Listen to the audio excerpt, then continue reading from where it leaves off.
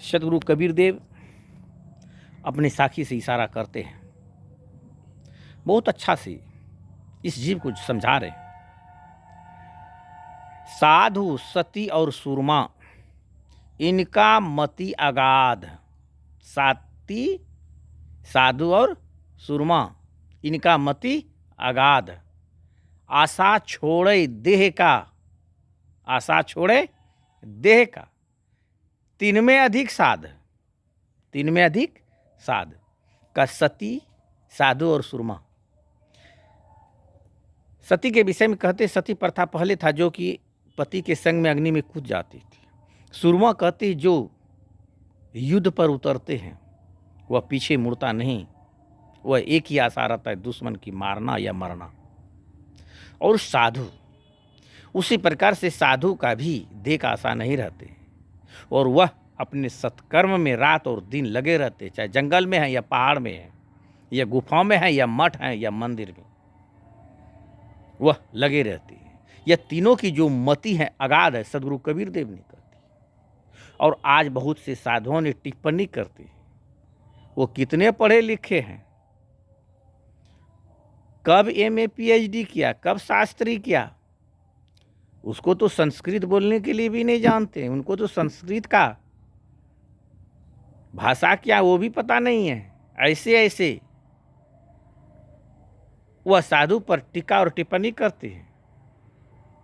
याद रख लीजिए, पढ़ने लिखने से विद्वान होता है, साधु नहीं। और विद्या की पूजा नहीं होता है, साधु की पूजा होता है। विद्या विद्या से क्या होगा, आपको सुख, आपको सामर्थ्य, आपको बल, आपको विश्वास, नाम, प्रतिष्ठा, जस, कीर्ति रहेगा, मगर वह ज्ञान से मोक्ष मुक्ति नहीं मिल सकता। मोक्ष मुक्ति मिलेगा तो साधना से ही मिल सकता है। इसलिए सदगुरु कबीर देव ने कहा, कहे कबीर सुनो भाई साधु। वह आज एमए पीएचडी शास्त्री करके लिखाते हैं, शास्त्री लिखाती है, आचार्य लिखाती। सदगुरु कबीर देव ने कहा, पढ़ना लिखना चातुर्य और बात सहल, मन बस करना काम दान गगन चढ़न, यह है बड़ा मुश्किल। काम को दहन करना, सूरत शब्द की द्वारा गगन की ओर आगे बढ़ना, यह बड़ा मुश्किल है। और पढ़ना लिखना ये चातुर्य है। आप पढ़ लिख के 10 भाषा से बोल सकते हैं, 10 भाषा से आप प्रवचन कर सकते हैं, 10 ग्रंथ को रच सकते हैं, मगर इससे मोक्ष मुक्ति मिलेगा नहीं। याद रख लीजिए, मोक्ष मुक्ति के लिए आपको साधना ही करना पड़ेगा। इसलिए प्रेमी सज्जनों, हर वक्त साधना की बात सदगुरु कबीर देव ने कहा। और अभी क्या होता है, पढ़ाई लिखाई की अपनी मान प्रतिष्ठा में भूल जाती। कबीर साहब कितना क्लास पढ़े थे, नानक का कितना क्लास पढ़े थे, दरिया साहब, तुलसी साहब, घीसा साहब, गरीबदास, मीरा, सबरी, सहजोबाई, ये सब कौन कौन डिग्री लेके बैठे थे, किस किस कॉलेज से। धूर प्रहलाद किस कॉलेज से डिग्री लिया था। मगर याद रख लीजिए, सदगुरु कबीर देव ने कहा, कहे कबीर सुनो भाई साधु। हे भाई, आप यह शरीर को थोड़ा तपाने की काम करें, इस शरीर से साधना करें, अंतर्मुखी होकर सुमरन करें और सूरत साधना में लग जाएं। इसलिए सदगुरु कबीर देव को कहना पड़ा कि साधु और यह मनुष्य तन मोक्ष का दरवाजा, यानी बड़े भाग मनुष्य तन पावा, सुर दुर्लभ सदग्रंथों में गावा, साधन धाम मोक्ष का द्वारा पायो जही परलोक समारा। क्या ध्यान साधना मोक्ष की बात कॉलेज में मिलता है क्या, स्कूल में मिलता है क्या? नहीं। मोक्ष और मुक्ति और साधना का ज्ञान मिलता है तो गुरुकुल में मिलता है, गुरु के संग में मिलता है, स्कूल कॉलेज में नहीं मिलता है।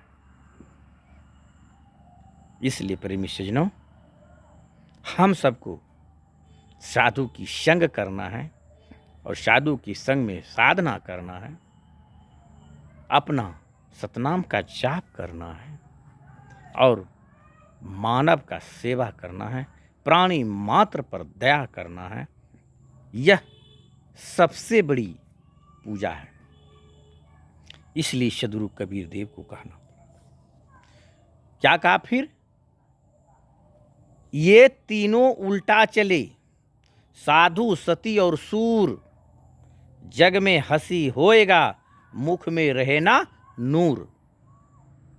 यह तीनों का खूब हंसी पहले होता है। साधु का भी खूब हंसी होता है, खूब निंदा होता है। सुरमा का भी होता है, सती का भी खूब निंदा हंसी होता है। इस जग में हंसी होगा, खूब होगा, भरदम होगा। आप सुने होंगे साहिब की बानी में भी कहा, कबीरा जग में जब पैदा हुआ जग हंसे कबीरा। सद्गुरु कबीर देव भी जब आए तो लोग हंसते थे, निंदा करते थे, खटखट हंसते थे। मगर सद्गुरु की गुण और उनकी प्रभाव, उनकी शक्ति जब देखा, तब इस जीव को, यह मनुष्य को आंसू निकला कि हम बहुत बड़े अपराध कर दिए, जो कि सद्गुरु के साथ उल्टा कर्म कर दिए। सत्कर्म नहीं किए, उल्टा कर्म कर, गलत कर्म कर। वो रोता। इसलिए प्रेमी सज्जनों, हर वक्त तक मनुष्य को सजग रहना चाहिए। हर वक्त मनुष्य को ध्यान देना चाहिए कि साधु क्या होता है। इस संसार में साधु नहीं होता, संत नहीं होता तो यह संसार बचता नहीं। इसलिए सद्गुरु कबीर देव को भी कहना पड़ा, आग लगे आकाश में झरझर गिरे अंगार, संत ना रहता जगत में जल मरता संसार। आज साधु पर लाठी बरसता है, साधु की निंदा होता है, साधु की आलोचना होता है। अरे अपवाद है, 1-2 बिगड़ गया, लाख बचा है। अरे लाख में जो 10 चला गया, 100 में 2 ठो चला गया, कोई हर्ज नहीं। यह धरती पर का सत खत्म नहीं होगा। इस संसार का जो भक्ति है ये खत्म नहीं होगा। सभी साधु संत खत्म नहीं होंगे। अरे गया 1-2 ठो 4 ठो गया क्या है। अरे जब वृक्ष में आम आते हैं ना तो लाखों आम आता है, एक पेड़ में हजारों आम आता है, मगर हजारों आम में 500-700 आम पकता है, बाकी सब आम नीचे पहले ही गिर जाता है। उसी प्रकार से वह सब संत जो 1-2 ठो गिर गए बेहोशी हालत में, कहिए जेल में है, जहाँ भी है, वो बेहोशी हालत में गिर गया, वो कच्चा में कच्चा गिर गया। पकने वाला जो साधु है वह अंतिम तक रहते हैं और उसका जब तक श्वास रहता है तब तक ये समाज और देश के लिए उन्होंने कुर्बानी दे दी है। इसलिए प्रेमी सज्जनों, धरती की बचाने की काम किया साधुओं ने, संतों ने। और इस रूप से ही गुरु को नारायण रूप कहा गया है। किस क्या रूप कहा गया है? गुरु को नारायण का रूप कहा, साधु संतों को नारायण का रूप कहा गया। गुरु नारायण रूप हैं। गुरु ज्ञान का घाट, सतगुरु वचन प्रताप से मन के मिटे उचाट। किनके प्रताप से कहा? गुरु के प्रताप से।